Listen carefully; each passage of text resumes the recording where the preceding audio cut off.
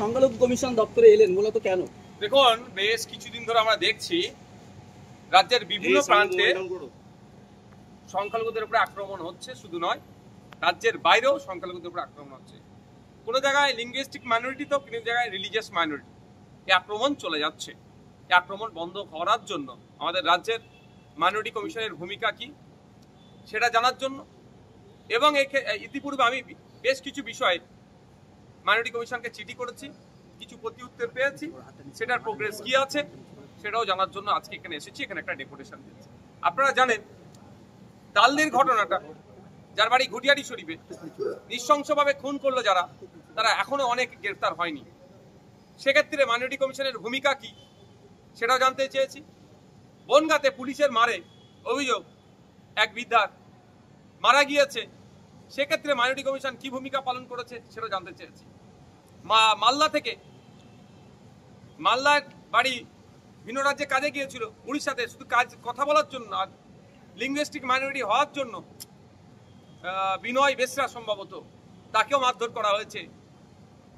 গত পরশুদিন উত্তরপ্রদেশ পুলিশ 13 জন বীরভূমের পরিযায়ী শ্রমিককে থানায় তুলে নিয়ে গিয়ে মারধর করে, কাগজপত্র সব দেখানোর পরেও তাদেরকে বাংলাদেশি ঘুষপেটিয়া বলে তাদের উপর অত্যাচার চলে।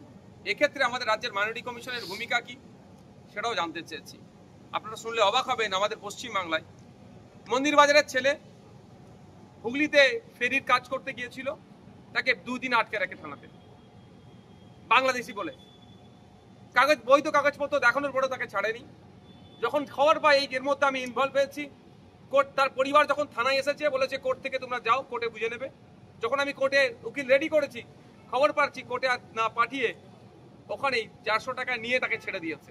কিন্তু এই 400 টাকা নিয়েছে, কোনো তার এগেনস্টে কোনো রিসিপ্ট কপিও দেয়নি। তো এই সমস্ত একাধিক ঘটনা, আপনার দুর্গাপুরে যে কাণ্ড ঘটিয়েছে পরিজাত গাঙ্গুলি থেকে শুরু করে, নন্দীগ্রামের যে কাণ্ড ঘটিয়েছে গরু ব্যবসায়ীদের উপর আক্রমণ, পশ্চিম মেদিনীপুরের দাঁতনে একটি ছেলেকে মেরে দিয়েছে সে সংখ্যালঘু পরিবারের। এই ঘটনা ঘটে যাচ্ছে, কোনো বিচ্ছিন্ন ঘটনা নয়। এই ঘটনা রোধের ক্ষেত্রে অথবা এই ঘটনা যেগুলো ঘটেছে তার যারা শাস্তি পাবে সেক্ষেত্রে ভূমিকা কি মাইনরিটি কমিশনের সে জানতে চেয়েছে। আজকে আমি একা এসেছি, ডেপুটেশন দিয়েছি। এরপরে যদি এই ধরনের ক্ষেত্রে মাইনরিটি কমিশন শীত ঘুমায়, তাহলে কিন্তু আগামী দিন এখানে আমি একা আসবো না, হাজার নওশাদ সিদ্দিক এখানে দাঁড়াবে। প্রয়োজনে যদি মাইনরিটি কমিশনের কাজ যদি ফাংশন ঠিকঠাক না হয়, তাহলে এই অফিস তুলে দেওয়া দরকার, এই অফিস বন্ধ করে দেওয়া দরকার, তালা লাগিয়ে দিয়ে চলে যাওয়া দরকার। কারণ একটা অফিস চালাতে গেলে জনগণের ট্যাক্সের টাকায় মাস গেলে কম করে 1 কোটি টাকার উপরে খরচ আছে।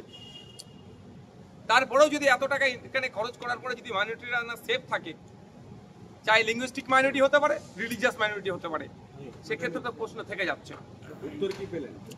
মাইনরিটি কমিশনের চেয়ারম্যান স্যার ছিলেন, সেক্রেটারিয়েট 2 জন মেম্বার ছিলেন, তারা যথেষ্ট বিষয়গুলো নিয়ে ভাবছেন, কিছু কিছু তিনারা কাজ করেছেন। আমি প্রশ্ন করেছি তাদেরকে, আপনারা সুমোটো করছেন না কেন?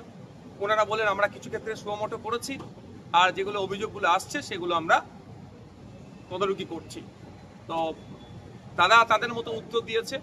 তো আমি ওনাদেরকে অনুরোধ করে এসেছি, যে সমস্ত জায়গায় এই ধরনের ঘটনা ঘটছে, অন্তত আপনাদের একটা মাইনরিটি কমিশনের পক্ষ থেকে একটা টিম ভিজিট করা অবশ্যই দরকার। তারা এটাতে এগ্রি হয়েছে, তারা জানিয়েছেন এই ধরনের ঘটনা যে আর ঘটে তার জন্য ব্যবস্থা নেওয়ার জন্য তাদের যে সর্বোচ্চ লেখার জায়গায় জানানোর জায়গায় সেখানে জানাবেন। যে যে ডিস্ট্রিক্টগুলোতে এগুলো হচ্ছে সেই ডিস্ট্রিক্টে যারা অধিকর্তা আছেন তাদেরকে জানাবেন, এবং সাথে সাথে যেগুলো যে জায়গায় এইগুলো ঘটনা ঘটেছে সেগুলো যাতে ভিজিট করে তার ব্যবস্থা করবেন। শীত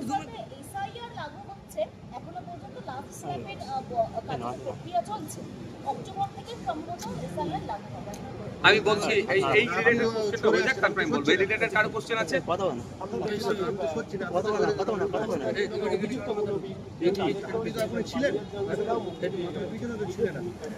এক্ষেত্রে তো প্রশ্ন থেকে যাচ্ছে, এমন ভাবে কেস সাজাচ্ছে যে সহজেই বেল পেয়ে যাবে। আর শামশেরগঞ্জের ওয়াকফ সংশোধনী আইনকে কেন্দ্র করে একটা অশান্তি তৈরি হচ্ছিল। আমরা চাই যারা অশান্তি করেছে তাদের না জেলের বাইরে বার হয়, তাদের সর্বোচ্চ শাস্তি দেওয়া হোক, সেখানে কোনো কনসিডার নাই। কিন্তু অনেক নিরীহ মানুষকে শুধু ব্যালেন্স করতে গিয়ে হিন্দু সমাজের মানুষ অনেক নিরীহ আছে, মুসলিম সমাজের মানুষ অনেক নিরীহ আছে, শুধু এই ব্যালেন্স করতে গিয়ে অনেক নিরীহ মানুষকে ধরে এখনো পর্যন্ত জেলের মধ্যে আটকে রেখেছে। এই দ্বিচারিতা বন্ধ। বিজেপির ক্ষেত্রে বেল হয়ে যাচ্ছে, আর নিরীহ সাধারণ মানুষের ক্ষেত্রে কেন জেল, এর বিরোধিতা আমরা করছি। এই বিষয় প্রসঙ্গটাও এখানে উত্থাপন করছি যে এগুলো মেনে নেওয়া যায় না। এই যে যেখানে সক্রিয় হওয়া দরকার সেখানে নিষ্ক্রিয়, আর যাদের ক্ষেত্রে নমনীয় হওয়া দরকার সেখানে অতি সক্রিয়, এই টু টাইপ অফ ফেস মেনে নেওয়া যায় না, এটা বন্ধ করতে হবে। বাঁকুড়ার একজন যে সরকারের তো মানে ভূমিকাটা কি ছিল? দীর্ঘদিন ধরেই তো এই অত্যাচার চলছে সংখ্যালঘুদের উপর বিভিন্ন জায়গায়, তাহলে সংখ্যালঘুদের সরকার চলছে। দেখুন, আজকে এখানে মাইনরিটি কমিশনের কাছে এসেছি। 6টা ধর্মীয়ভাবে যারা সংখ্যালঘু তাদের সুখ দুঃখে পাশে থাকার জন্য এই কমিশন তৈরি হয়েছে, এবং 7টি লিঙ্গুইস্টিক মাইনরিটি যারা তাদের সুখে দুঃখে পাশে থাকার জন্য তৈরি হচ্ছে। কিন্তু সেই মতো পারফর্ম করছে না বলেই আজকে আমরা ছুটে এসেছি। ছুটে এসে তাদের ডিউটিটাকে আরেকটু করে আমরা মানে রিমাইন্ডার দিয়ে যাচ্ছি। যদি ডিউটি ঠিকঠাক না হয়, পরের দিনে আসবো, আমরা ভিড় করে আসবো, তখন একা নওশাদ সিদ্দিকী আসবে না, 1000 নওশাদ সিদ্দিকী আসবে, তখন জবাব আরো ভালো করে নেবো। তবে আশা করছি পজিটিভ কাজ করবে, শীত ঘুম ইনাদের ভাঙবে, যে সংখ্যালঘুদের উপরে যেভাবে অত্যাচার হচ্ছে সেগুলো না হয়, এবং যারা অত্যাচার করছে যাতে সর্বোচ্চ শাস্তি পায় তার ব্যবস্থা করবে।